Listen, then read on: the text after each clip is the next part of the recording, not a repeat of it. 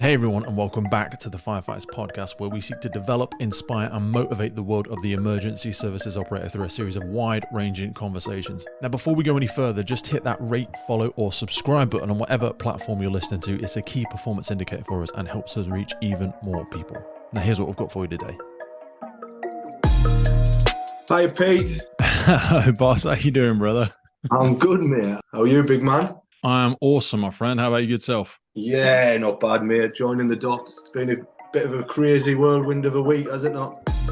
This episode of the podcast is brought to you by Gore-Tex Professional Fabrics. Now, we all know the working environment of a firefighter is filled with challenges. We face serious risks on the job, such as heat exhaustion, burns, physical and mental stress, and we frequently come into contact with high levels of toxic chemicals. Now, I have been wearing Gore-Tex for nearly 2 decades on the front line, working in hostile environments, tackling challenging incidents from firefighting to water incidents and in urban search and rescue environments. Gore-Tex have a well-earned reputation for protecting professionals in the fire and emergency services through their family of highly innovative, waterproof, breathable moisture barriers that exceeds global performance standards and are trusted worldwide. Gore-Tex, going further together. I've even wore black for you, mate. Fucking hell. I feel underdressed all of a sudden. I feel like I'd fucking just give me 2 minutes. I'll do a quick outfit change. Don't be getting that body out on here, mate. Don't be getting that body out. How's your body holding up? Because you recently turned 40, right? Yeah. So 40, mate. I had to, should we say, recalibrate recently. So through the pandemic, I joined the military at 16, and we can get onto them questions later. But joined the military at 16, and there's a mentality where you throw the kitchen sink at it. Basically, a lot of the training it's destructive. Do you know what I mean? The military, in the very nature of the job you're doing, you're carrying a lot of kit for long periods of time, and it's very destructive. But recently, I'd say about 2 years ago, during the pandemic, I was training originally for a marathon that got cancelled because of the pandemic. So then I switched it to a half marathon, and I started getting niggles, and I've never had niggles in my life. I've done a lot of running previously. So I started getting niggles. So what I did was I went to a physio. I spoke to the physio, and it was a bit one of them sort of eureka moments. I'm sat down and he says, just talk us through what you do in a week. And I went through it systematically. I train 60 years a week. This is what the training looks like, and this is sort of what I do. And he was like, "Whoa!" I just stopped you there. And he basically gave us the old pyramid: 20%, 80%. You should be doing 20% in your comfort zone, 80% in your comfort zone, sorry, and 20% like basically throwing the kitchen sink. I had it the wrong way around. Mate, I'm fucking so in that same realm as you. But like after you've conditioned yourself to that for something, I'm not going to one moment pretend to have done any of the kind of military training you've done. But if I always kind of was under the mindset, if I don't work up in the morning and everything's kind of fucking hurting, you feel like a lazy bastard and you feel like you don't deserve your breakfast or something. But that is and I think that's kind of the addictive mindset that I've always had. But that addict mindset, I mean, most addicts as well, is like, it's self-destructive and your body can't tolerate that long term. And I'm having that. When you heard you say that, it kind of ring true in my mind about this like tactical pause where you're like, do I want, it's not about training harder, because that's what always the mindset was like, oh, I need to train harder, I need to train harder, I need to break through the barrier. But it's about training smarter when you start getting a little bit older, if I'm hearing you right. Otherwise, you end up being one of those guys who's like sitting on the fucking porch and is like, I used to be in shape, I used to be this. And you're like, yeah, well, what's the fucking reason you're not? Do you know what I mean? You just have to just become more strategic about it. Is that what you're thinking? Yeah, it's exactly that. But again, your body's needs and the way you absorb certain nutrients is different. Like, I'd a kill to have a bit of size. I mean, you're a big lad yourself. When I was in my 20s, and I would train weights, but again, I've always been what we call in the military a racing snake. So basically, I'm more built for CV than I am for pushing big steel about the gym. But I think now, and rewind to that. So the physio told us this. So what I did, I took it on myself. Where I do a lot of circuit training. I do weights, but it's more superset weights. I'll never particularly lift heavy, albeit there's different ranges of heavy. I'll always keep it in my comfort zone. I'd rather up the reps than up the weight, if you know what I mean. Yeah. But I ended up getting a PT. So I said to the PT, my local gym, I said, his name's Steve. If he's listening, probably not, but lovely guy. And he's a big boy. Do you know what I mean? So I said to him, we were friends anyway, friendly over the gym. I mean, you always chat to people in the gym. But I said to him, look, I think I went for 10 lessons or 10 classes or whatever they were. There were an hour sessions. I said, what I don't want you to do, motivation's not a problem. So I don't want you to think you're coming to the gym to give us a bit of a beast. And that's not what it is. I'm going to bring me notepad. Yeah. I want to reset everything I do. So I want you to give me, for instance, a pull session, a push session, a leg session, and then and just mix them up. So I had a whole array of different exercises. And to be honest, what I tend to do now more is resistance stuff. So a lot of cables, a lot of sort of resistance bands. And I do weights, but it's a lot of body weight stuff as well. Pull ups, It's hard press on the ups. joints, though, isn't it? You know, banging and clanging for years and years isn't sympathetic. But I mean, we're sort of the Yeah, similar age. So when we were in our teens and 20s and stuff, it really was the age of the giants a little bit, wasn't it? Everyone wanted to get fucking huge. The magazines and bodybuilding and strongman was really in its upward swing. But I feel like, luckily for me, I mean, like when I stopped taking all the juice, it was like 10 years ago. And that was as everything was ramping down anyway. Now you see him, what we idolize, maybe CrossFit's done a little bit of as well, but it's like we're idolizing the longevity of fitness and less about people being, you know, giants that try and shift colossal amounts of steel. Because like you say, on the joints and stuff like that, it's not very forgiving.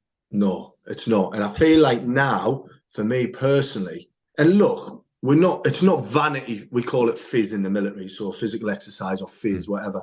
You call it, like, it's not vanity phys. Like, I want to be able to have output. Do you know what I mean? So I want to be able to use what I'm doing.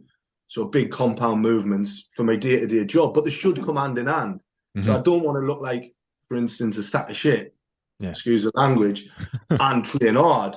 And what I found was the harder I was training, the worse aesthetic results I was getting. Do you know what I mean? Because I was almost every muscle I was building, I was burning because I was just throwing the kitchen sink at it. So now what I tend to do is I have different days. Like I'll run to the gym. So it'll be nice and steady.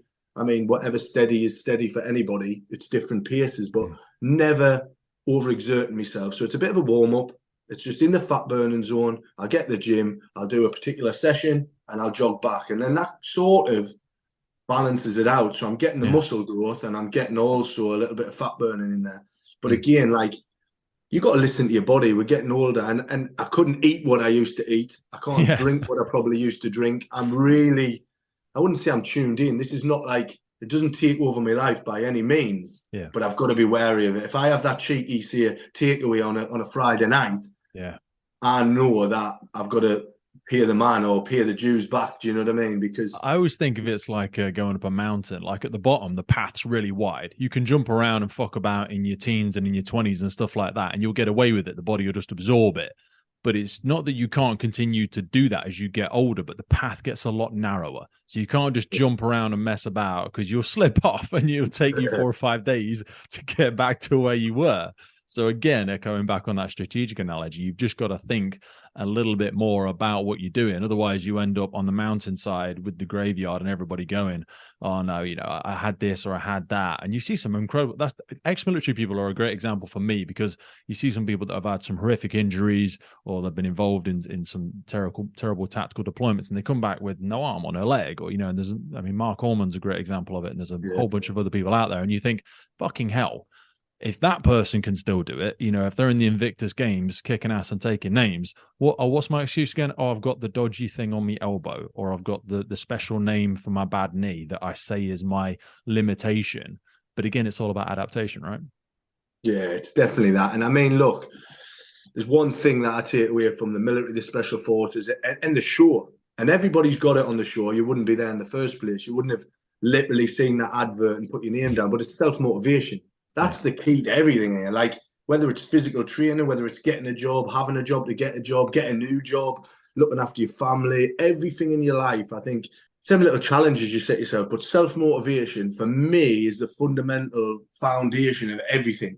Like literally, you could encompass that in everything. And if you've got self-motivation to get off your ass when you don't want to and do it, and it doesn't have to be, look, we're not trying to change the world here. It's not marathons we're talking about or super. Like, everybody's different. Everybody's path journey is different. So whether it's getting your steps in, 5, 10,000, whatever it may be, or it's a stay-at-home mum who's doing the housework. And I watched a program recently on the TV, and it had someone who was a CrossFitter, somebody who was just went and did steps, and then someone who was a stay-at-home mum, and they worked out the calories burnt between all three of them. The CrossFitter come last. Yeah. So I mean, you do the maths. You know what I mean? So It's that old, there's a movement about it. I forget the guy's name, but it's neat, isn't it? Non-exercise induced thermogenesis. That's what they call it, where it's your daily lifestyle. So when we talk about those marginal, it's like there's a million small decisions in it. I'll take the stairs versus doing this. And yeah, you use a housework as an example, lugging a goddamn Hoover around a house and then picking all the kids up and doing this shit and walking the dog and just everything that's involved in that. It's that lifestyle approach to it rather than singular siloed, I'm going to do exercise now. You go balls to the wall for 45 minutes. And actually, on the grand scheme of it, you're not really making that much of a bigger difference by comparison. I wanted to just pause there for a second because you said about self-motivation. And I think that's a great place maybe for us to go for a second, because I find a big part of that is also affected by the people that I put myself around. And maybe this is a nice segue into the military as well, because you do, and a big motivation for me coming on the show was I wanted to be around high performers. I wanted to put myself around people that would demand a higher standard from me, because in day-to-day life, and I'd love to ask you about this, that can feel quite alienating, that you can feel you're no better or worse. I'm no better or worse than anybody else. But when you do set a high standard for yourself, or like yourself, you do have a high level of self-motivation, if you're not in an environment like the military or the emergency services anymore, how do you do that and have that and not feel bad about it without alienating yourself from those around you? Or do you ultimately have to decide to be quite strategic about who you put yourself around?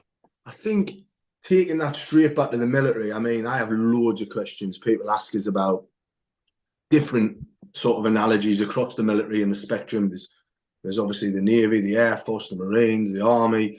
What's it like to do this? What's it like to do that? And I mean, I can only speak about my journey. I did a lot of athletics when I grew up, cross-country running, moved into the military at an early age. And I knew quite quickly, I mean, albeit I was a bit of a gobshite, albeit I was lacking some of the, if you like, the military hardware or knowledge, because I was 16, do you know what I mean? Yeah. But I knew I wanted to be a soldier. I knew I was fit enough. So it's easy to have them attributes and that motivation, and then you can learn how to be a soldier. Yeah. And then because you're so young as well, you're absorbing it all in.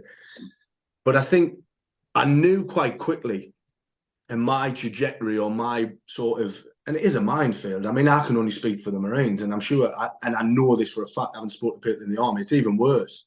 Okay. And it's almost like a sort of, how dare you culture. Like, if you put your name forward, I always said the military's like a sweet shop. If you've got the tools and the application and attributes, you couldn't do this in any other work, in any other job. You know what? I want to do that. All right. Where do you sign up? Where do you do it? How do you put your name forward? Well, you need this reporting period. You need somebody to sort of approve it. And you're like, right, go away, get that, come back. Right, I want to do it.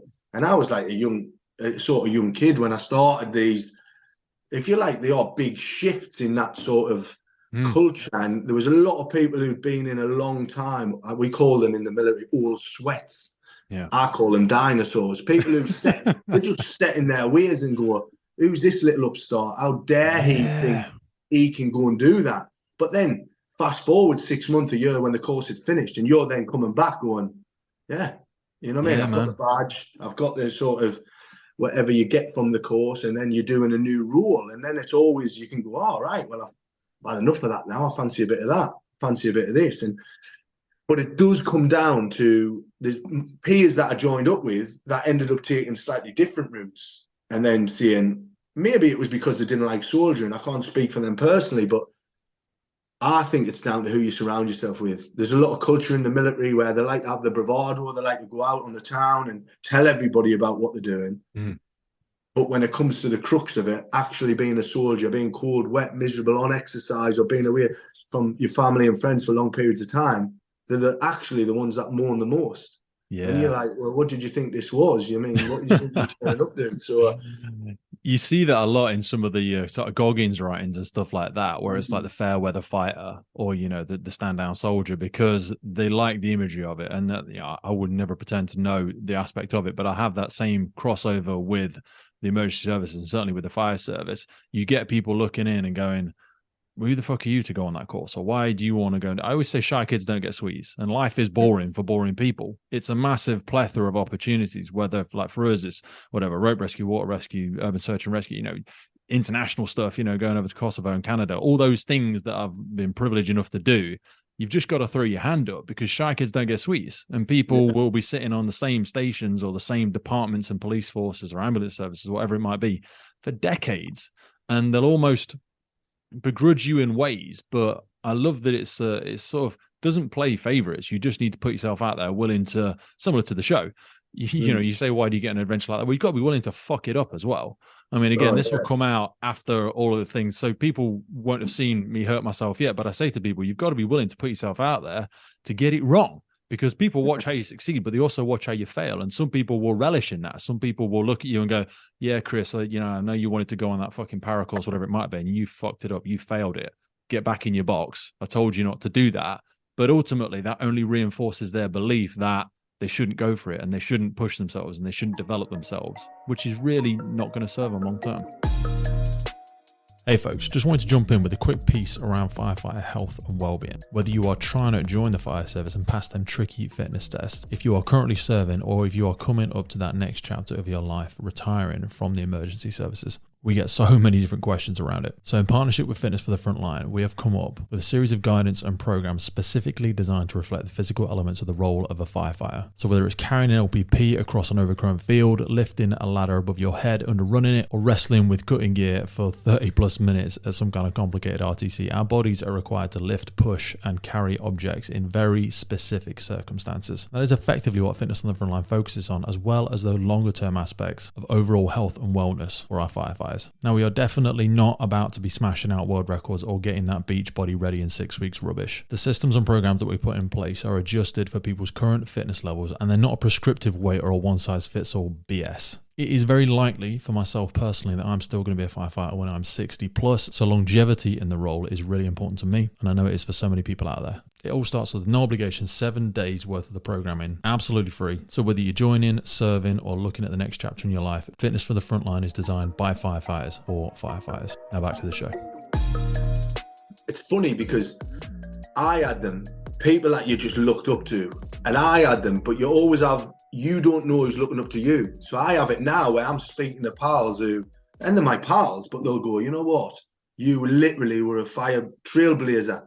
Yeah. And then you look back and you go, oh yeah, he was like 3 or 4 years behind us. And you went and did the mountain leader course, which is and then it's all right. It's a 9-month course. It's a graft. Yeah. And then he went and did it. And he went, because they were seeing people like-minded. I mean, in stature, I'm probably about the norm. I'm about 5'9". I weigh 80 kilograms. You know what I mean? I train hard, but a lot of it's mental. Do you know what I mean? So if you surround yourself with the right people, you have the right sort of fundamentals about what you want to do, and then the people you look up to, then I think you can go a long way. Do you know what I mean? And the world's your oyster.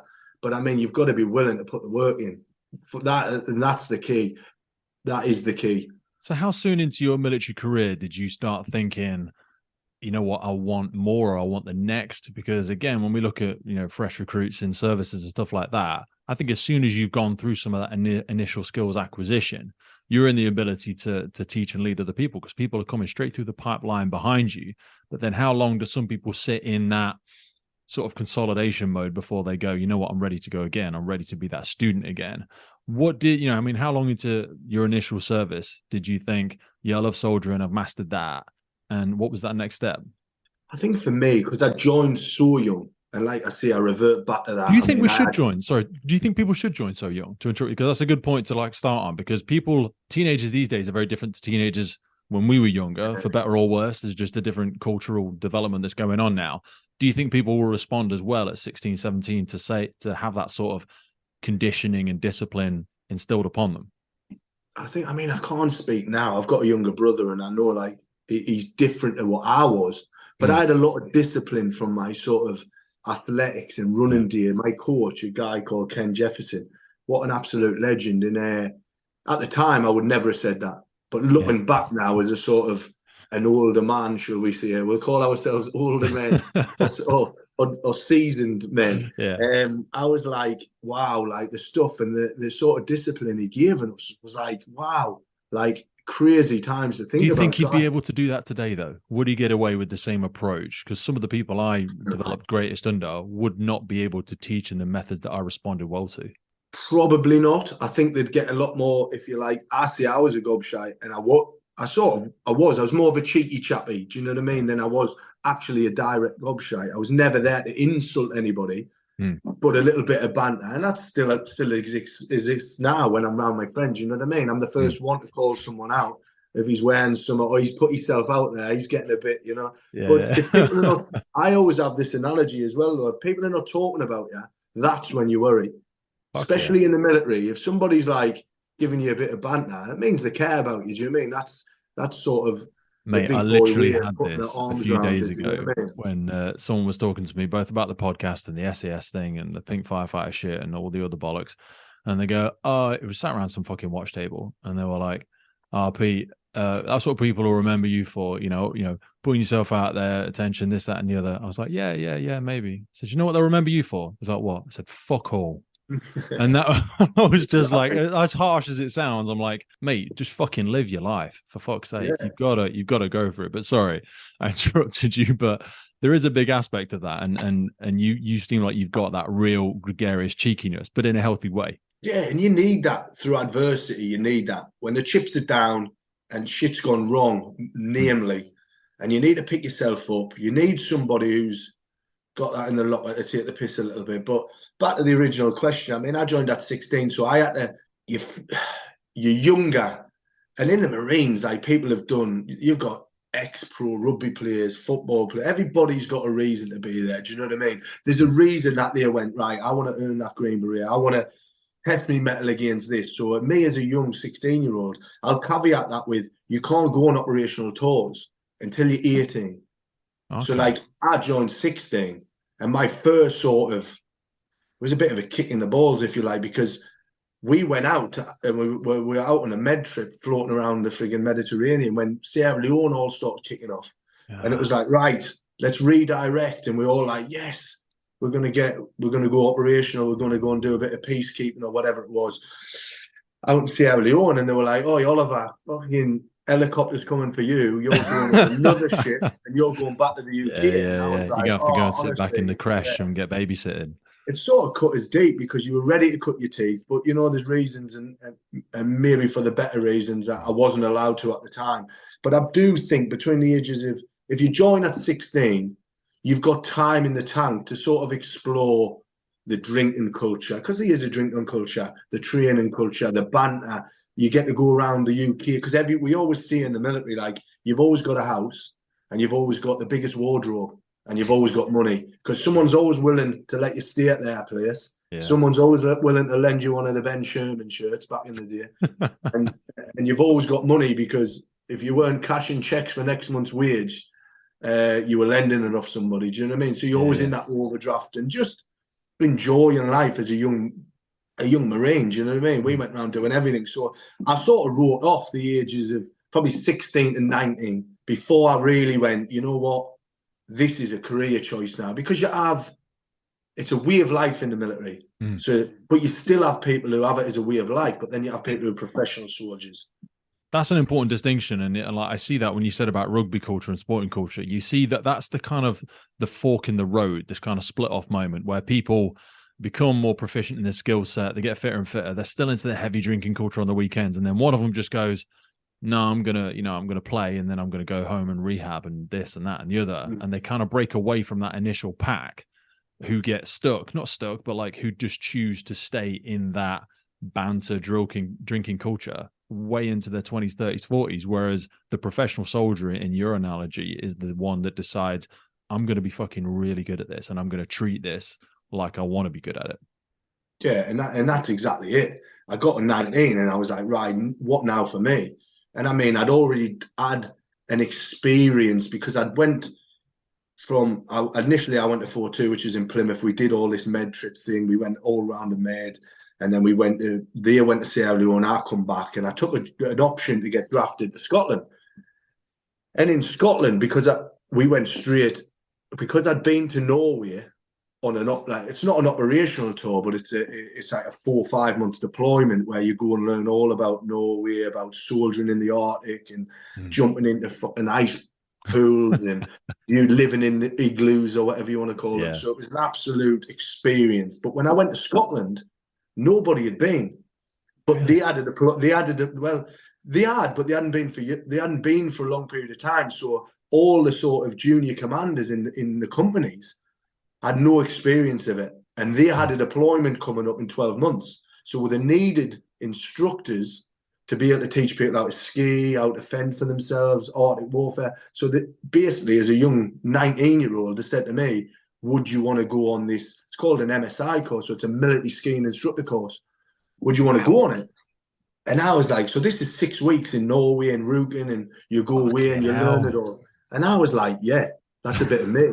And that was my first sort of exposure to leadership and running courses. Say, what was it like at 19 trying to get that level of self-awareness to where you can begin to lead and articulate to people that want to learn from you? Because I was a fucking terrible grubshot at that kind of age. I'd probably made for a terrible instructor. I think I became a crew commander in my early 20s, and I was still just thought I had all the best ideas and all that sort of shit then. So how did you get around that? And was there any big kind of recalibrations in your own self-awareness to become that sort of leadership first steps?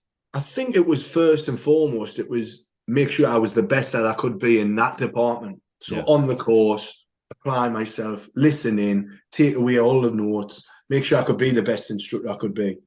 And then the delivery side of it, it's same because these are like people you know and the people who you're sort of trying to impart this knowledge on. So literally when you get out to Norway, so fast forward to 12 months, we're now deployed with this new unit. And these are all my sort of peers, if you like, in my company. And you get there and they'll go, right, break down into these many groups. And you get a group of 9, because the tents you use in Norway, the whole 10 people. Okay. So you'll have a group of 9 and you'll be the leader. And then you're off. You're learning them how to ski. You learn them all this. So it was a good way for me to start leading at that level because, one, they were reliant on you because you had all the knowledge. So there was no egos. There was none. Or we call it a sprog and I'm sure you have a sort of terminology in the firefighter. But I was a sprog still. Do you know what I mean? I had people who'd been in 12 years, 13, That's 14 what I'm years. saying. That's the hardest team. one. Yeah. But when you're cold and you're in minus 30 and you're the only one with the answers and you're trying to impart that on them, you become sort of the linchpin. Do you know what I mean? Yeah, 100%. So it was a good place to be because they wanted to be there. They needed me. And then you're on this course for a period of time. And then at the end of it, you almost earn their respect. So when we went back to the unit after that 3-month deployment, I mean, initially you're training them, but after the first 3 weeks, you're then back in the company and doing like training, proper exercises, 10 days at a time. So you just become another part of it, which is good because then you get to hone the skills with them and then it's more tactical sort of side of things. But when we got back to the unit, I mean, there's a Northern Ireland tour that was mixed in there somewhere. But when we got back, I was deciding quite quickly, look, I fancy a bit more of that. And I started exploring some of the options. And that's when the mountain leader, who effectively you become a sort of a mini mountain leader because you're running some of the Arctic training, but the overall arching training's ran by a mountain leader. Do you know what I mean? So you become the minion of him. And I was thinking, God, he looks hard. Look at him. Thinking in my head at the time, thinking, fucking guru of all that is aloft. Like, big, you know what I mean? Big mustache. Standing at the top of this hill in a t-shirt and probably Speedo, thinking, why is he not cool? Do you know what I mean? Like, why is he so hard? And I was thinking, and the reality is he probably wasn't, because fast forward a few years when I was in that position, I'm thinking, oh, yeah. So, I mean, it is a bit of bravado, but again, it installs confidence in the people that you're taking. Do you know what I mean? Look, you do demos of stuff, just like on the show. Do you know what I mean? Like if there are ice pits there, you jump in and you'll stand there while someone's giving a lesson. You're standing there in a pair of Speedos, just putting some like shower gel on and going, how's everyone? So they have seen you do that. Then they've seen you stand there like lathering up and being like, they think, oh, well, I can do it. You know what I mean? Yeah, I think you're bonkers. Like, there's loads of different. Like, we used to always like do little sort of skits and jokes, and who wants to do it this time, and who wants to do the demo, and you try and keep the humor in there because it can be like -20, -30, and Oh, they've yeah. never done this, and you want them to feel like, look, this is just another part of the course that you're doing. But Mm. yeah, and then I got back from that, and I was like, right, I fancy a bit of that mountain leader course, and started looking a little bit, and that's when it got serious. Like, Yeah. this is like, now you're going to go on a 12-week command course. You're going to do a 9-month mountain leader course that encompasses everything from mountain training in Wales to mountain training in Brecon to doing Jesus. Scotland mountain trainings, and then another 3 months in Norway and escaping evasion, you name it. You do the full package, and it's a long course, like serious course. But when you finish it, you get a few extra quid in your pocket. You get to be a junior commander. You go back to a unit, and it's held in really high esteem in the Marines. Was there any reservation about like so early in your career coming away from the operational side? Like, for example, like I do training development for all of our new firefighters now with rope and BA and water and whatever. But that means unless something really bad goes wrong, I'm not operational. I have the ability to be, but part of my day to day is I don't respond to incidents. I train other people. But there's also like that fear of missing out because you still hear about the jobs and you still hear about, like, your analogy would be different deployments or different training exercises, and you're not part of that at the minute because you're stuck doing this other thing. Was there any reluctance to that? Because, like I say, you'd stayed in contact with other people that were still doing that, but you weren't. You were off developing. I get that, and you're always going to have this, but you Yeah, can't be on. We call it on tour or on ops or tour or in theatre. Anything of them analogies is where you're deployed on active operations, and I mean, you're always going to miss them. yeah, But you've got to take yourself away initially to do the courses, because I knew when I was coming back, I was going to be in a specialist role in a specialist troop doing pointy end stuff. So everything I was doing, if you like, if the pyramid's like this, is getting shorter and shorter and shorter, exactly what we talked about earlier, yeah, to the pointier end of operations. So you're having more. And look, I'm not taking anything away from people at the bottom, the logistics side yeah, that is fundamentally funding or fundamentally putting everything in place to allow the people at the front to do their job. But that's where I wanted to be. Of mm, course, you want to be at the front, you want to be kicking ass, you know what I mean? Like, getting amongst it and freaking getting involved. But like, I knew I had to do these courses to get there. And that's where the experience from, you can't do it reverse. You can't go and no. do the Like job we and said earlier, you've having got to take nothing that taught. tactical pause to develop yourself. You're going to kind of step out the game to reassemble some new tools. Otherwise, you have fun, but equally you can get equally bored of operations. Again, I know people on stations for 15 years and they just hate it because they get bored to death. And you're busy, busy, busy, but you're doing figure eights. You're not actually developing. You're not actually growing. You're just going round and round in circles. So once you'd then built that new skill set, what did you see? You said you did a big command aspect of that. What kind of development did they do? Because leadership in the military, certainly, it's almost like when people hear about it from my perspective and people in the public, they think it's like assumed discipline. Like, oh, it must be really easy to have command and leadership in the military because everyone just does what you say when you say it. But I know when you hear the jockos and stuff of the world, they're like, no, it's no fucking different. There's plenty of soldiers who don't want to fucking listen to you, who don't have an interest in what you've got to tell them. I'm sure that doesn't account for the vast majority, but was there any like big takeaways or advice you would maybe give somebody going into a process like that? Or if you saw yourself now at 19 giving them advice on command and leadership? I think for me, the course, a lot of it is process. Okay. And in anything, leadership, there's always process to it.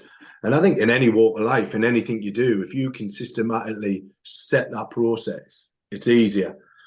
But for me, leadership was, and I wouldn't say it come natural to us, the actual art of leadership, but I didn't give myself any boundaries. I was in there in the deep end, you know what I mean, with Yeah. my sort of muckers. But you also need to know where that line is. And if you can, you don't want to cross it too much. And I'm not saying don't be rubbing shoulders with your pals, because in combat you need to. But they Mm. need to understand when you flick that switch from humor to, look, these are the reasons, but be positive in what you're saying. Mm. Look, we're doing this because of this. Yeah. If If we they don't do understand the that, why behind what you're yeah, doing, they're more yeah, receptive to it. and always lead by example. Like, I mean, And by leading by example, I don't mean throw yourself in there first, because obviously in the military, the tactics are going to dictate what you're doing. But as the commander, you're not going to be the first one in. You're going to be probably the third one in, for instance, because you need to take that tactical balance and nous. But the command courses, I mean, I'd be lying if I said I wasn't apprehensive. Okay. You're going in there, you're sitting in auditoriums, you're giving briefs. And initially it starts easy. You give an interest lecture. And I think I did mine on how to lace up a pair of boots. Something stupid, like silly, that is 100%. We irrelevant. do them, yeah. Yeah, because it doesn't matter what you're giving it on. It's about sitting up there and having a process. What's your introduction? What's your meat? What's your lessons identified and what your takeaways? Whatever that process I always is. use the old tell them what you're going to tell them, tell them what you told them. Do you know what I mean? Yeah. And it's literally boxed off. Like, I think mine was on something like how to make toast. Do you Do know you what I know mean? what It I was mean? probably the first one I ever did. The whys, the how-tos, the hazards, the takeaways, what looks good, what looks bad, all those and then the tips and tricks and all that sort of shit. And I love that sort of stuff. I love that kind of stand and deliver. And it does a Yeah. lot for character building as well. No, I think it does. And you learn a lot about yourself, but you also learn about the people who's you instruct them, because then you're like that. And I always take a moment at the end, and I'm not into calling people out or making people feel uncomfortable, but to make sure they've took that on board, you've got to ask them questions. But ask them questions. There's different ways to do it. Basically, don't be a dick. Yeah. Because if you're a dick, you're not a good leader. That is the bottom line. Yeah. I don't know. I will never. The people who I aspire to be were always people who had empathy. They were good leaders, and they were just had a bit of banter about them. They had a little bit. There's times when you can relax that enough to have a bit of humor in what you're doing. Because if there's no humor, and you just, let's be honest, if they're just a dick in nobody's going to listen to them. And even if they're speaking the truth, and even if their tactical nous is the best in that company or that unit, then it's irrelevant. Be the sort of person that people want to listen to. And I saw so much of that with sort of the cadre of DS that we have on the course. Between the four of you, that emotional bandwidth and that ability to build rapport, those different leadership and teaching styles. And you said it there about that switch, which I think is a great thing to sort of zoom in on, because it's knowing when to be able to flexibly step in and out of those styles. And it's almost, it's unspoken when you kind of don't, not break character, that sound wrong, but like it's very clear when I saw you, like you had a few moments with, like, I think it was, I forget, recruit one, Amelia, when she had those challenges. I think it made it into the first episode actually, but when she was really having those challenges running up that hill to the waterfall, and then she had that heat stress, and you address those different, and you gave her evidence as well about why she could do the things she could do. And only through having great rapport with people, you were able to do that. You gave her demonstrations of her competency and professionalism in the way she led her day-to-day life, and used that as evidence to stack on the side of the scales. But you sort of dropped in and out of that seamlessly. Do you know what I'm trying to say? Yeah, and I think there's one thing that never gets documented or talked about being a leader is that peripheral vision, or them observations, because you've got to see that. You've got to see that in your team. You've got to see that and I even go as far to say in combat, in the enemy. You've got to be able to see things and then being able to process it quickly enough to then give that advice or change your plan to suit it, because we call it atmospherics in the military, like understanding. And it's the same on the course. Like we'll be running different scenarios, and we can see you come tootling out the room, and you're on the parade square. We can see the demeanor and the body language, and we're taking it all in. But it can be cluttering. Do you know what I mean? For your brain as a DS, you stood there going, "All right, where are we?" And then we have to hone in on that. And I mean, that was a typical example. We were going up there, but it was almost like people were self-DSing themselves, and Amelia was one of them. But then you literally step in, and it goes a long way, because you're giving them a few home truths. Yeah. It's like having all those spinning plates, isn't it? It's like you've got to have that ability to mentally zoom back, step away, to holistically look at the dynamics of the team, give that extra spin to that one plate, or realign it, or, you clock it somewhere and you're like, at some point in the next few hours, may not even cognitively think this. You're like, I'm just going to give that nudge or that recalibration, that reaffirmation, or even sometimes that character recalibration where you just need to knock somebody. And you had it with a few of the guys on the course where yourself and Foxy, every now and again, it was just like, get back in your fucking box. I fucking heard you the first time. It's not the fucking whoever show. Do you know what I mean? Step back. I heard you the first time. To be fair, I fucked it up, I think, in the first like few minutes where I ran down the fucking steps, counted all the steps, and just instinctively turned around and shouted it. And Yeah. lead DS was like, who the fuck told you to shout it out? You want some fucking special points? I mean, he didn't say that shit, but that's effectively what's happening there. It's like, what the fuck are you doing? Listen to the brief, get back in your box. And it's sort of those tiny little tweaks that are always those little adaptations, aren't they? Yeah, and I mean, like people say about personas, and people are like the guys are just being themselves, but it is different when you're running a course, and this is no different to the military, and it's no different Yeah, in any walk of life. You've got to. There's times through that course, if you like, or the trajectory of that course, that you can, and it's the same. We're trying to bring your guard down, but we're mm-hmm. bringing ours down as well. Because when you get to a point, initially you've got to establish yourself, especially me coming in, new DS, new group of people. Soon as them yous are there and you see us, you're like, right, well, what's he all about? Yeah, What's he's cracked? Do you know what I mean? And what's and I had it a few times with number 11. I think it was Zach, and I was like, mate, what are you looking at? yeah. Not in a Zach, negative bless way, him. but just Yeah, tried because he had that nervous energy. And I was like, right. And again, for me as a DS, I've got to impose myself on the course yeah, to earn the recruit's respect, the fellow DS's respect, the production's respect. mm-hmm.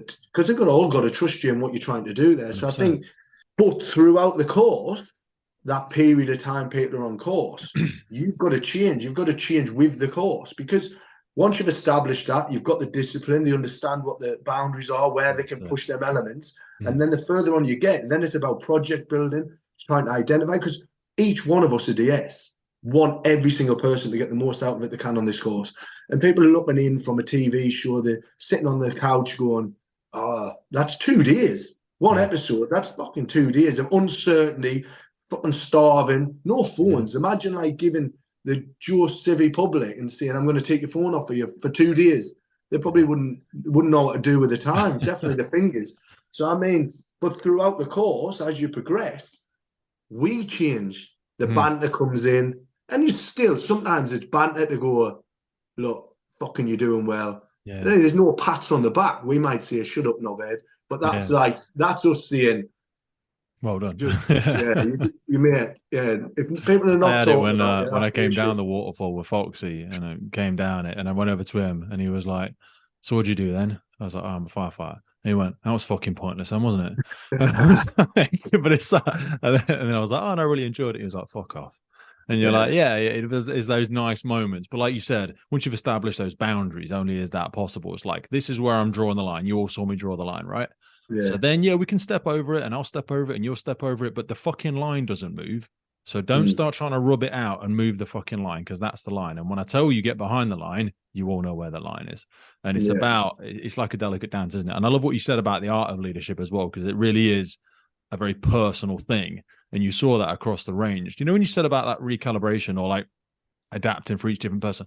Do you have that within the DS team as well? Like in those moments that perhaps the camera's not seen, like how do you give peer-to-peer professional feedback amongst DSs? Because you will still have a tremendous amount of value from your own experiences, even though the other three have done stuff before. You will have your own experiences that add value to the show that wasn't there before. How does that peer-to-peer work? Is there much of it? Is it just like everyone does their own thing, or no, it's definitely there. And I mean, the whole point in this shake up of me coming in and the conversations I had with production and the DS, me and Foxy and Billy go back way. Do you know what I mean? So like mm, me, Rudy was the first time I'd met Rudy on the show. But again, he brings a different dynamic in terms of his experiences from the Yank side. yeah, Um, but there's loads of times and be under no illusions. And normally it's between the DS and the production and I've got to stand up there and represent this program on the telly again. So we want it to be as good as it can be and as real as it can be with the tools we've got to deliver it in, yeah, if that's a strange way. So there's things that people come up with. And Billy said to me sort of after the show, we were having a whiskey, chilling out probably before we flew home or whatever. And he was like, it's been great having you on because they've been doing it for years now. yeah, But I came on this show saying, look, my military career speaks for itself. Like, my credit's good. So, Yeah, like, I'm here on my merit. I ain't here to make up the numbers. yeah, I ain't here to sit in the background. I want to be delivering as much as I can, and I want to be imparting as much knowledge as I can, because that's why I got involved, and that's what I'm passionate about. Military training and training on whole is something I'm really passionate about. So there was times where somebody would say something, or we'd be sat there as DS and they'd come up with ideas, mm, and I'd be like, no, yeah. that's a shortcut, or that's an easy way out. Whether that was the production leaning on it from a, because That's tough though, because you could slip into that trying to please other people, and oh well, yeah, okay, I guess I don't know how this usually works, so okay, let's go with it. But then you're in a gut, and that's your own like moral compass yeah, coming in there, where you're like, no, that's not authentic. We never do that shit. That's just yeah. not, that's not. And like you say, take us back there for a second. Sorry. So your relationship with Billy and Foxy, because you served with Foxy. But Billy, for anybody that doesn't know, and I'm only going to roughly pretend to know, having read a few of his books, he was of a different standing in the military in terms of where he left the sort of forces and the rank that he was at. So, what's your background with the two of them? Sorry. So basically, me and Foxy go way back. All my military career, Foxy was in up until till he left, and then I left a few years after. But yeah, so we were in the Marines together, knew each other, based out of Pearl and Dorset, SBS together. So we bounced off each other. We used to follow each other around the rotation in Yeah. terms of the operational rotation. So when he got back off tour, I was generally going on tour. But you'd see him in the gym, and I mean, we'd crack a few beers, and it's Yeah. always that like professional sort of friendship. It's grown since obviously we both transitioned into civilian life, if you like, into work, and so we keep in closer communications probably now than we did when we were in. Yeah. But it's a given when you're in, because you Mm. bounce around camp, you see each other in the gym, and it's almost, you're not lazy, but because you're in a big boys club, seeing the boys all the time, you don't have to invest in terms of. And I always make a point now. I mean, we sit on the toilet probably 3 times a day. We do these menial tasks where I'll get my phone out and I'll Yeah. literally go with no agenda, because you just want to touch base with people and go, mate, how's things? Or let's Mm. get a coffee. And I've found myself doing that a lot more now. I have to actively work to keep my Mm. network Yeah, because people just strong. bomb burst away when they leave Yeah. stuff, and you see it with all services, and that is, I think, that transition is the most difficult part for so many people, because it's almost like you rip away all the scaffolding, and a lot of people fucking wobble. Some people find their own feet and grow that muscle, but some just go, where the fuck is everybody? And I've Yeah. lost that support, I've lost that infrastructure, and that's why I think so many of them end up in other forces, like they'll join the police or join the fire service, because they want that camaraderie again. And there's two ways to look at it. I mean, some people blame the unit or they blame the people and go, but these trains are moving. We call Yeah, it like, when that train's moving, you're either on it or you're off it. And if you're off it, you need to act. You need to do the work to keep in touch. So me and Foxy, we go way back, good pals, fucking legend of a bloke, as you know. Good dry sense of humour, which always keeps you giggling. right. And Billy, I knew of Billy anyway. Like, go back to 2000, so back to the ML course, finishing the ML course, joining my unit. A couple of years later, so 2005. Again, I was always the guy, and we have a funny. There's a funny way in the military, right? So there's a lot of, if we call them menial tasks or crap tasks, Yeah, but yeah, I was always the cheeky chappy or the eager person. So one of the seniors or start majors or fucking corporals, whoever, when you're a junior, will come down. I'm sure you have it in the fire brigade, and they'll go, right, we've got a parachute course. Who wants it? Or a motorbike course, or something yeah, that's exciting. And I'm like, whack, I'll have a yeah. bit of that. And they're like, right, parachute into the galley tomorrow morning, you're on pot wash. And you're like, what? So you're volunteering for things like. Anyway, we get back. Now I'm a corporal. I was a junior leader at the time, and I got back to my unit, and they were like, "Oh, there's 2 courses coming up," because we were going to Sierra Leone again. So again, like the Arctic thing, they were like, "We're going to go to Sierra Leone soon. We need to get some instructors trained in jungle warfare and jungle tracking." So again, whack, thinking I'll probably end up in some pot wash somewhere. Yeah. Didn't happen. They were like, yeah, courses are good. Flew out to Borneo, Fucking did hell. 14 weeks in Borneo, and Billy was the Wow. chief instructor. So me and Billy, I did 2 courses back to 14 weeks out there with Billy. And you know what? That was my first, because even in the Marines, you know people who've gone special forces. Mm. And some of your pals might have, or people you looked up to have, but they just disappear. It's weird. It's Yeah, I've like heard that a lot. this abyss. Like all you hear is the horror stories of the people who've come back and failed, how their Yeah. face didn't fit, or it was like the hardest thing they've ever done and they didn't pass. And there's a caveat with selection because you can get a stand-up feel, and Okay. nobody's going to see it there. Like, so the selection phase is the jungle phase, effectively. The rest of it and the training after and the build-up before, they're all part of selection. But the crux of it is that time you do in the jungle, and that's 30 days under canopy.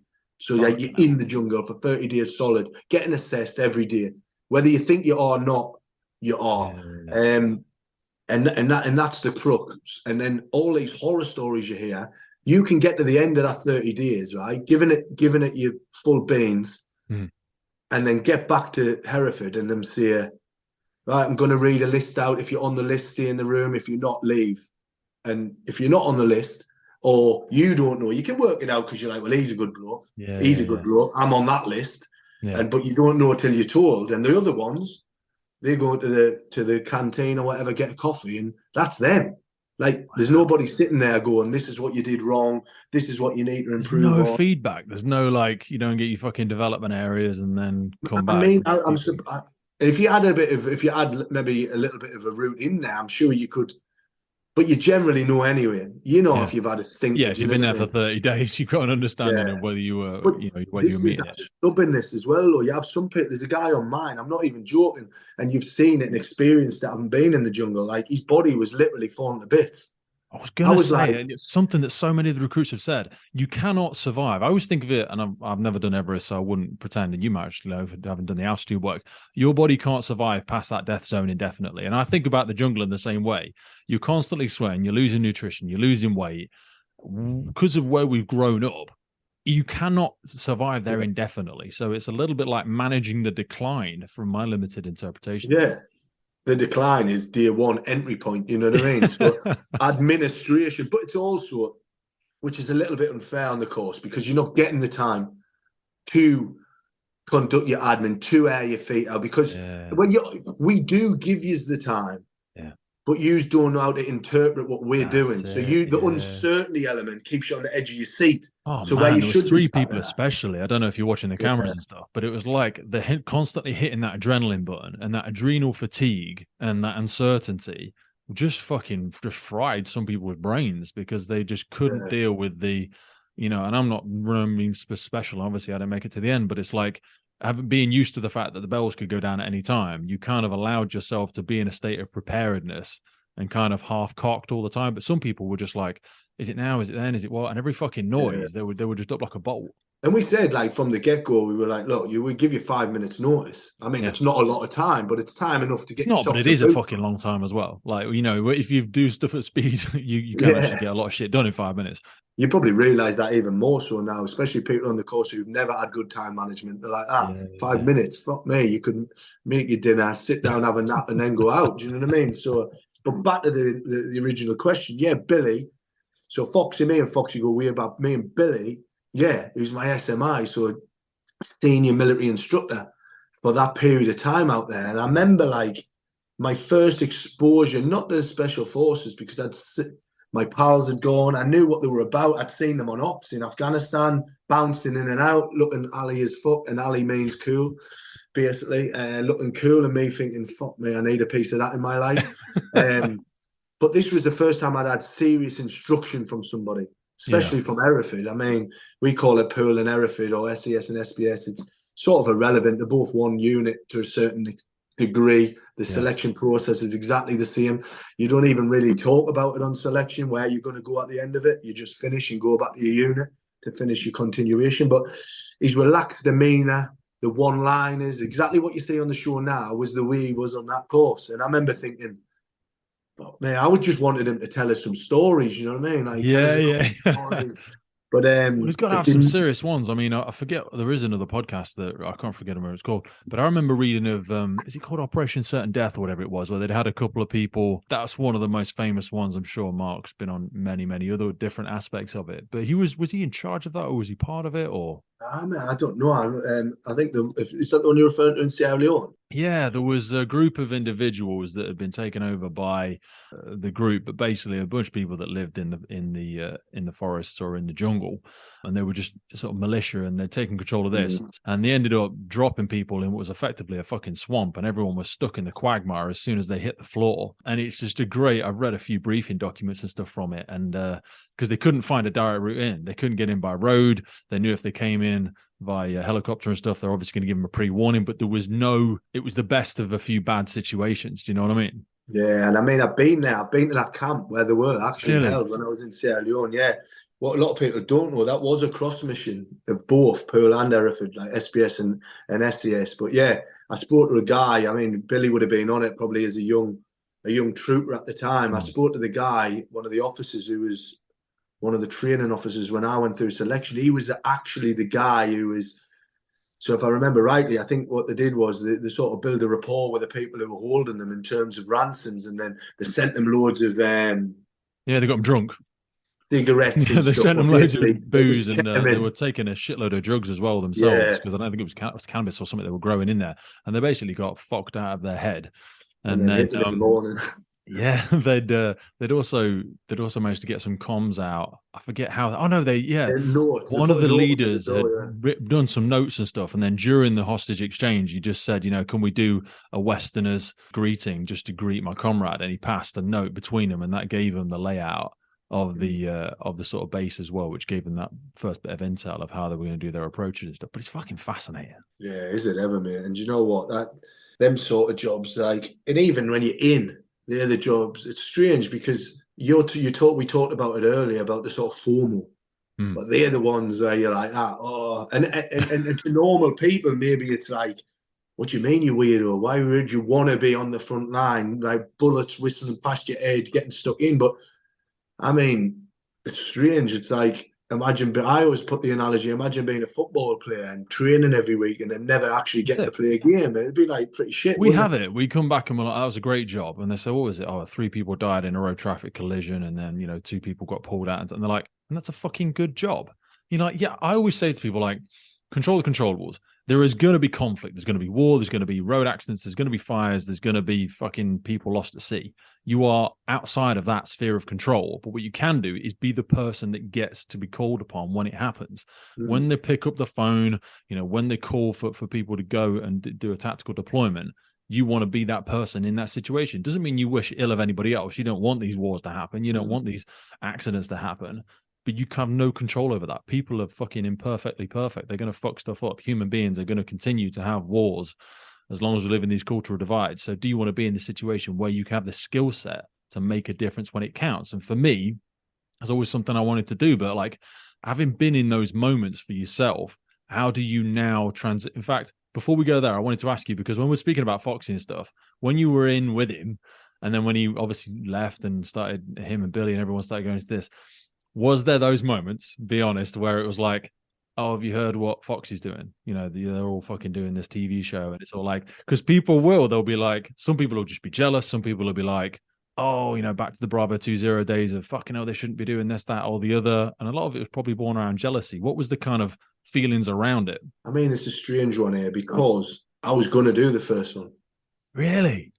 Who is but the other guy as well? Because there's a guy that's written a few books, bold guy, forget his fucking name. Great guy, done a bunch of like world records and shit. He was gonna be oh on. yeah, Stotty, yeah, Yeah. ex-pool guy, yeah, big, thick-set guy, yeah, Yeah. skinhead, yeah, Stotty, yeah, he's a good guy as well. It's strange, like, it didn't work for me at the time. I was in a transition. I was sort of still in the military, but leaving the military. I knew I was going to be leaving, and there's a lot of pressures, outside pressures, in terms of disclosure cell, the Yeah. military, and everybody was like, "Oh, what's going on here?" And Mm. and and it is a big gamble. You're putting your face on telly. Do you know what I mean? Fuck And yeah. where does it sit? But I've been left a while now, so it was different this time around. When it come round, it was an opportunity, and I jumped feet first. But again, there's different. You have them discussions, with your inner circle. You call it your inner circle, your friends, your family, your peers, Yeah. and you say like, look, the important thing is, and Foxy's nailed it. Like Foxy's nailed it in particular, is he's got a foot in both camps. You know what I mean? Like Okay. he doesn't overstep the mark. All of us have done these things in the military, and there's a time and a place, and the stuff you need to understand that you're representing. And for me, I'm representing this unit. If I didn't go on this program, somebody else would have went on. Yep. Do you know what I mean? That's the reality of it. It wouldn't have Yeah. been me. It would have been whoever. Yeah.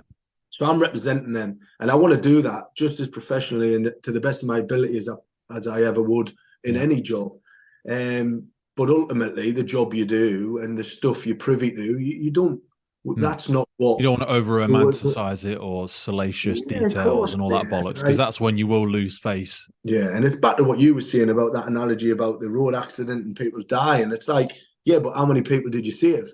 Like Yeah. people go on about, oh, well, I did this, and you go, yeah, but what is the fundamental point of you being called upon? We're Yeah. there to either in the fire brigade or the military, we're there to basically help. Do Yeah. you know what I You're there to mean? create some calm from chaos. You're Yeah, there to bring yeah. order and bring structure to stuff. Before you arrived, shit was flying sideways all over the place. So you're going to impose some structure, sometimes through force, sometimes through cohesion. You're going to bring that structure to it, and that's what the military does so well. No, and I agree. So I mean, yeah. So back to the original question there about the program, I think like you're always going to have your lovers and you're always going to have your haters, but I do think it's been a great tool for military recruitment, and I've heard that time and time Oh again. fuck So, yeah, so yeah. people say, "Oh, what about this? What about that?" But the reality is, it's a great tool for military recruitment.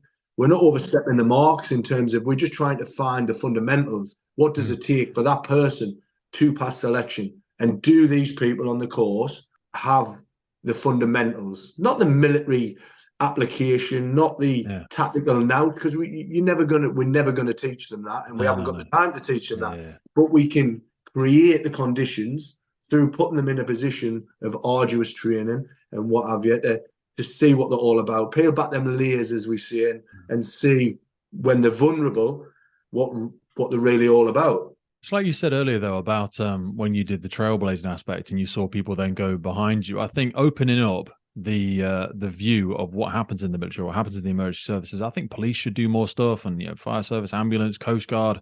They should show more about their world, because societally, people will benefit from then trying to adopt a few of those things. Whether they try and get a bit fitter and healthier, or whether they try and bring a bit more structure and discipline into their life.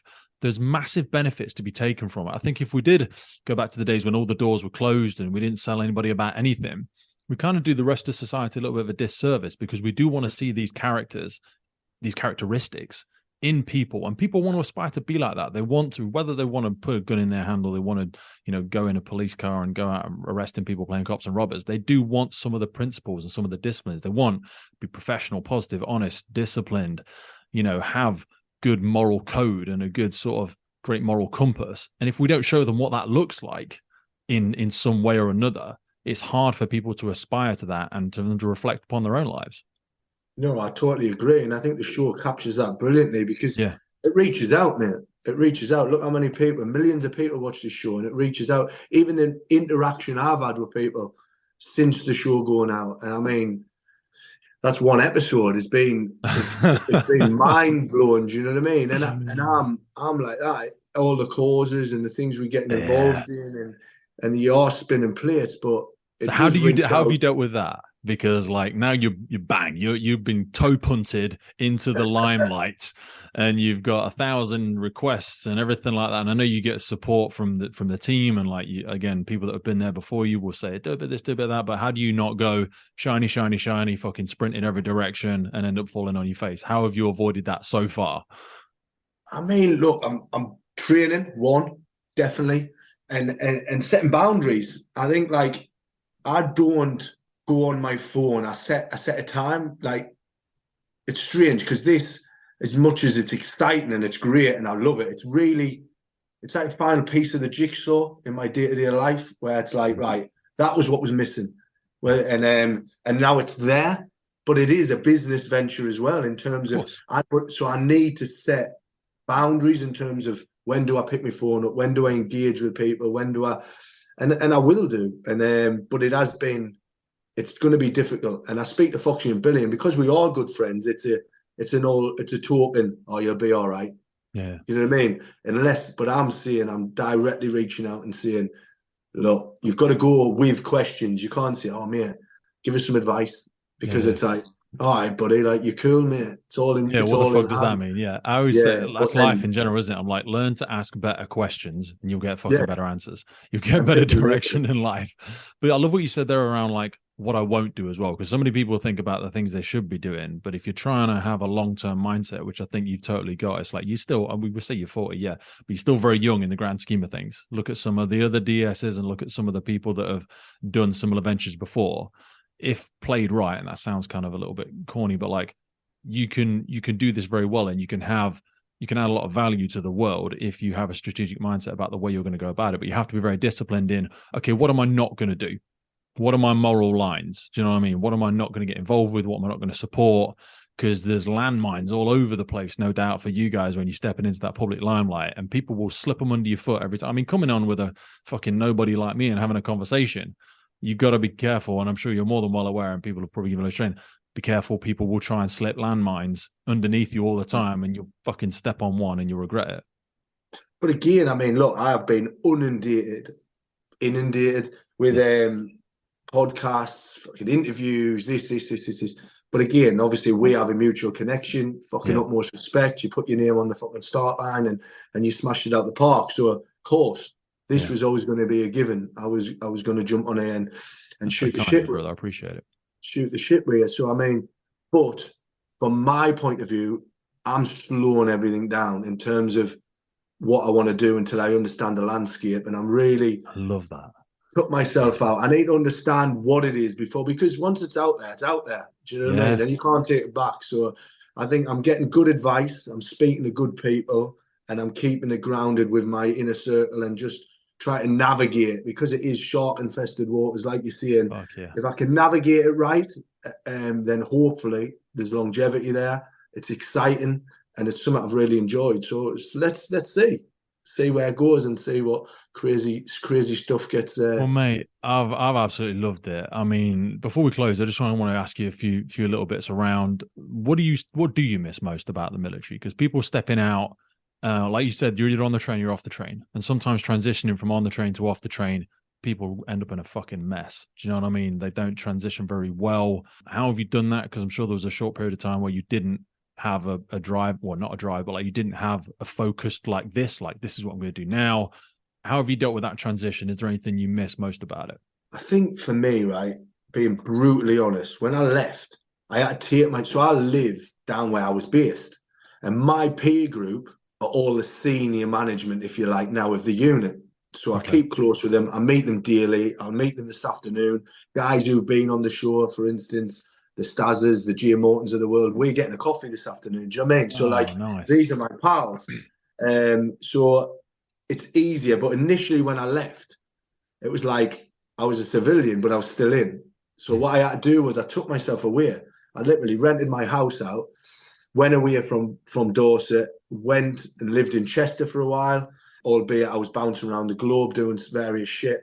And then I had a bit of a bit of an identity crisis. Back to what you said right at the Mate, start. that is fucking it. Sorry, you hit the nail on the head there. Yeah, That is fucking it. So many people leave the service, they have that death of identity because they're like, yeah, I'm no longer this thing anymore. And it was 90% of my fucking personality. yeah. And you benchmark yourself on this new circle of friends, Yeah. which, and I wouldn't belittle them anyway, but one was a driver for Sainsbury's, one was a postman, and That's one was it. whatever. And I was like, right. And that dark humor, the banter where you turn up. If I turned up here and say, let's say I didn't be, it was like, didn't see you in the gym today, Chris, where were you? Yeah. Like accountability being one. Yeah. But if you put a bit of weight on, it'd be like, hey, what's happening to you? 100%. Did Yeah. you, I who can't fucking eat Chris? that. I look like Yeah, Chris. Sack of who shit. Chris? And you're like, all right, mate. And then that Yeah. dark humor comes about. So I had a bit of an identity crisis in terms of, right, who am I? What am I about now? And On my back. you, Yeah. and then fast forward about 18 months later, I moved back. But I had to move away to transition, to move back, to have that clear separation in, look, yeah, I can do the military guys, see them, have banter with them, but I also need to understand that I've got to focus on this new Yeah, transition because in they're this going new back to world. work on Monday, and I'm what the fuck am I doing on Monday? What am I Yeah, doing? What's going on in my life? Do you know what I mean? Because I'm holding the fucking steering wheel, and if I keep letting go of that to pretend to still be part of this thing that I'm no longer part of, I've built these characteristics, traits, and I can apply them to something else. But I've got to fucking pick up the pen. I've got to be driving this shit because no one's going to drive. I always say you've got to have a plan for yourself because if you don't, then you'll fit into somebody else's plan. And guess what they've got planned for you? Fuck all. Not yeah, because they're horrible people, because you've got to make a plan for yourself. You've got to be fucking doing something. You've got to be making yeah. moves. And that's one of the biggest things I try and like when I do a lot of mentoring for Mm. people, and I'm like the 3 and 5 year, mate. Like that is a given. And then work back. You've got to work back, mate. Like, right, Mm. you want a house. All right, what do you need for a deposit? Mm. 5 grand. How much can you save a month? You do the maths You there. chunk Oh, the whale. Yeah. 100 quid. Well, have a guess what? You're 5 years away now. Just from having your deposit, mate. And that's Yeah. even if you stick to it. Do you know what I mean? So Yeah. you Yeah. just Yeah. like, I think that 5 year plan. But I think the thing I miss most is about being that connected with your peers. Yeah. I mean, I see it on the show because obviously I'm working with Yeah. ex guys, but that ability to, if you went right, Chris, we're doing something. Chris, I need the toilet. And you nipped off. I would think for you, all right, I'm bombing up some magazines. We're getting ready for a job. Yeah. Shit, is Pete's done? Has Yeah. Pete got some? Yeah. Has Yeah. Pete Yeah. got Yeah. his Man. scran? Has Pete had a coffee? Mm. Right. Everybody's thinking like that about each other. Where like in day-to-day jobs sometimes, and I mean, I'm not taking anything away from anybody, what anybody does. But if someone comes in with a cup of tea, you're like, ah, the fuck? You Yeah. didn't even, Mate, 100%. We see you know that what I with the mean? greatest Like, respect, like operational people that then come into the train department versus people that come in from the civilian world.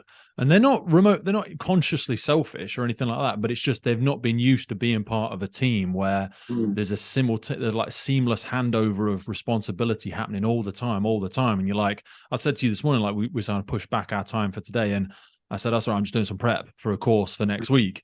Because I know people are doing stuff in around. It doesn't start till fucking tomorrow, but people are doing shit. We're not just going to rock up on Monday morning, face like a smacked ass, and go, "Has anyone done any fucking prep?"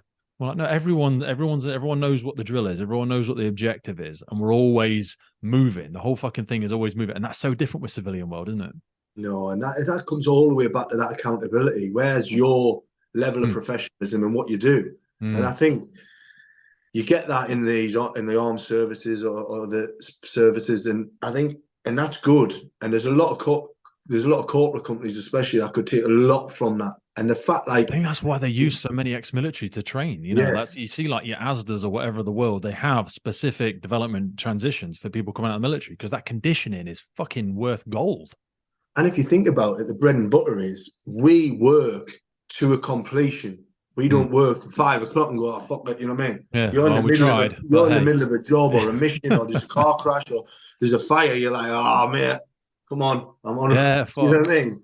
So yeah, I know. that work ethic's there straight away. You're like, that. Look, depending on your job, you might never clear your desk, but you've got what's the fire at the door? Do you know what I mean? Like Yeah, you we're sort of always almost improvise, firefight. adapt, overcome.